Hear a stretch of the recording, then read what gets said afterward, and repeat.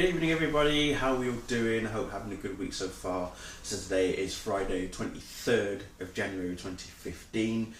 Do apologise for the lateness of this video. I did tell everybody when I did my review of The Flash that I wasn't going to be able to do my review of Arrow last night because I was busy. However, I did manage to find some time to watch last night's episode. Wednesday night's episode last night. I watched it last night. So here we are back. First episode of Arrow for 2015, The Climb, episode 10, mid-season, premiere, winter season, whatever you want to call it. I'm not bothered. But wow, what a good start already. Obviously, mid-season finale, we will remember what happened to Oliver. If you haven't watched it, well, what are you doing? Stop watching this video, go watch the mid-season finale, then watch Left Behind, and then you can come and watch this review, okay? No, seriously, go watch it now. So yeah, as we all remember, Oliver faced Ra's al Ghul and pretty much went to his subsequent death. Back in Starling City, Roy Harper, John Diggle, Felicity, Smoke, and Laurel. Won't mention Laurel just yet. I'll get to her in a moment. But Felicity, Roy, and Diggle are busy protecting Starling, from the bad guys. We've got Roy in his full Arsenal gear, and at one point Diggle's actually dressed as the Arrow as well. So they're keeping the city safe in Oliver's absence. At the same time, we've got Thea, who's worried for her brother. She hasn't heard from Oliver in a few days, so she has a word with Malcolm, and he suggests he will get in touch with some of his associates to find out what's happened to him. And then he goes to the to the Arrow Cave or the Quiver, whatever you want to call it, and consults with the team to find out if they've heard from Oliver. But he then tells them that if he's got to face Ra's al Ghul, well, there's only one outcome. Ra's does not leave people alive. He takes no prisoners. Essentially, is what Malcolm tells them. Felicity, all the while, is being very naive about the whole thing. She doesn't believe that Oliver's dead. Diggle is coming to the fact that there's a possibility that he is dead. Roy, as well, is believing the same thing. Whilst all this is happening, by the way, a new villain has turned up in Starling City, in the Glades, played by Vinnie Jones, the hard man of the former hard man of football. Vinnie Jones, what a guy! I have to say, I would love to meet him one day. I really would. He plays a character called Danny Brickwell, otherwise known as Brick, and he pretty much lives up to that name. And even as a football player, he was hard as nails. So. When I say football, I mean soccer for you Americans, by the way. But yeah, anyway. But yes, so he plays Brick, and he basically wants to take over the Glades. He wants to take over Starling City. Organised crime and all that sort of stuff. But one of his henchmen gets caught. As I say at the beginning of the episode, we see Roy and Diggle taking a couple of bad guys down, and one of them they both work for Brick. One of them gets taken to court, and bail was denied and all that sort of stuff, so Laurel's fighting against him. Turns out he was eventually freed, and it wasn't just that he was freed, there was a conspiracy going on. And eventually Diggle found out what was actually going on and what was really happening. Connected the dots, there was case numbers against people who were put away for the past 8 months, and for whatever reason Brick wanted these guys out.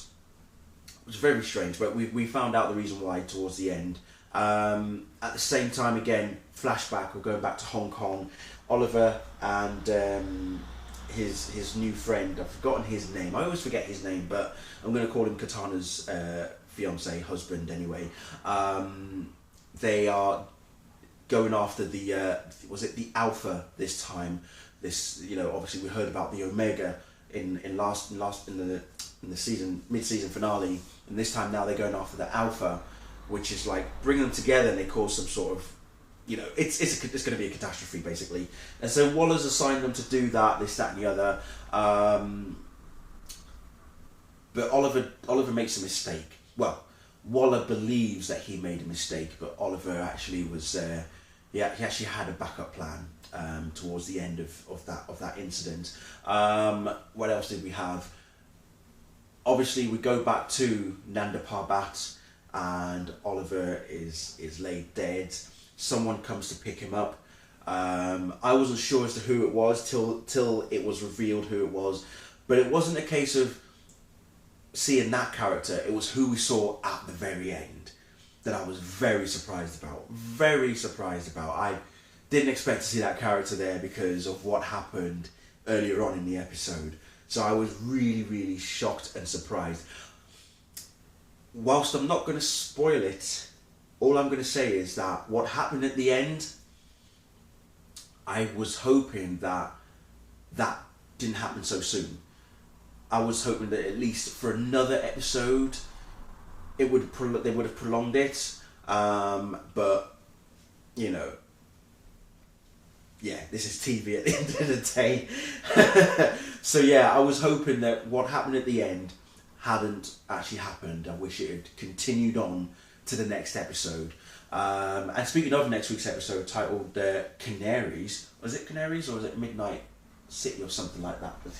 I can never remember. I do apologise about this. This is ridiculous. This is bad. Midnight City, yes. But there is an episode titled Canaries, isn't there? Yes, 13th episode is titled Canaries. But yeah, next week's episode is titled Midnight City.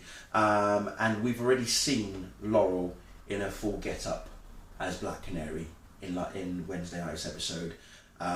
Looks like she's ready to kick some serious arse. So I think she's gonna do Black Canary justice. I'm looking forward to seeing her in action a bit more.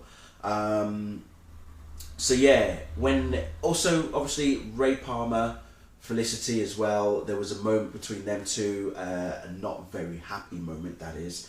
It's also been mentioned that both of these characters, Felicity and Roy, are going to be featuring in a future episode of The Flash. So there's another crossover for you, ladies and gentlemen. I'm actually looking forward to that.